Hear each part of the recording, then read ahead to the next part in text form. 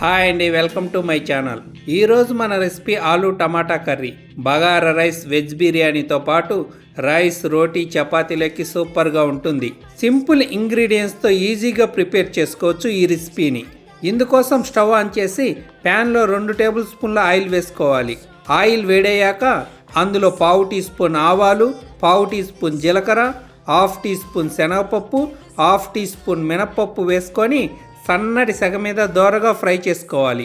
ఈ పోపు గింజలు వేగిన తరువాత అందులో 2 మీడియం సైజు ఉల్లిపాయల్ని సన్నగా తరిగి వేసుకోవాలి.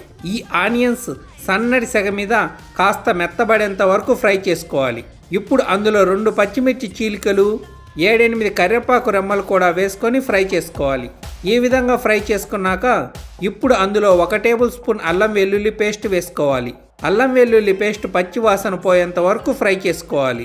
ఇప్పుడు అందులో సన్నగా కట్ చేసినటువంటి 250 గ్రాముల బంగాళదుంప ముక్కల్ని, 3 మీడియం సైజు టమాటాలను కట్ చేసి వేసుకున్నాక మంట మీడియం ఫ్లేమ్లో ఉంచి 2-3 సార్లు కలుపుకున్న తర్వాత అందులో 1/2 టీ స్పూన్ సాల్ట్ వేసుకొని కలుపుకోవాలి. సాల్ట్ వేయడం ద్వారా బంగాళదుంపలు, టమాటాలు త్వరగా మగ్గుతాయి. ఇప్పుడు మూత పెట్టి 5 నిమిషాల పాటు ఉడికించుకోవాలి. ఈ విధంగా ఉడికించుకునేటప్పుడు మధ్య మధ్యలో మూత తీసి కలుపుకుంటూ ఉండాలి. ఇప్పుడు 5 నిమిషాల తర్వాత మూత తీసి కలుపుకోవాలి.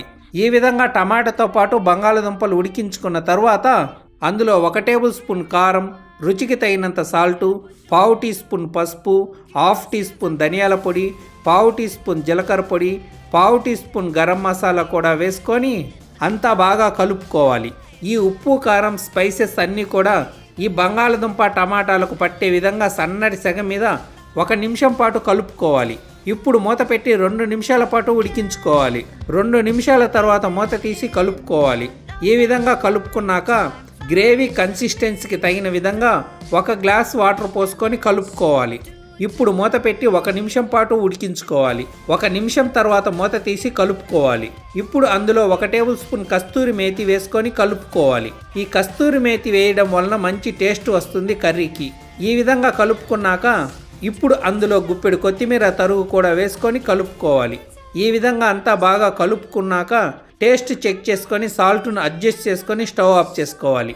అంతేనండి, వేడి వేడి ఆలు టమాటా కర్రీ రెడీ. మంచి టేస్ట్తో పాటు స్పైసీగా ఉండే ఈ ఆలు టమాటా కర్రీ రైస్, రోటీ, చపాతీలకి సూపర్గా ఉంటుంది. సో ఈ వీడియో నచ్చినట్లయితే లైక్ చేసి, షేర్ చేసి, సబ్స్క్రైబ్ చేసుకోండి. Thank you.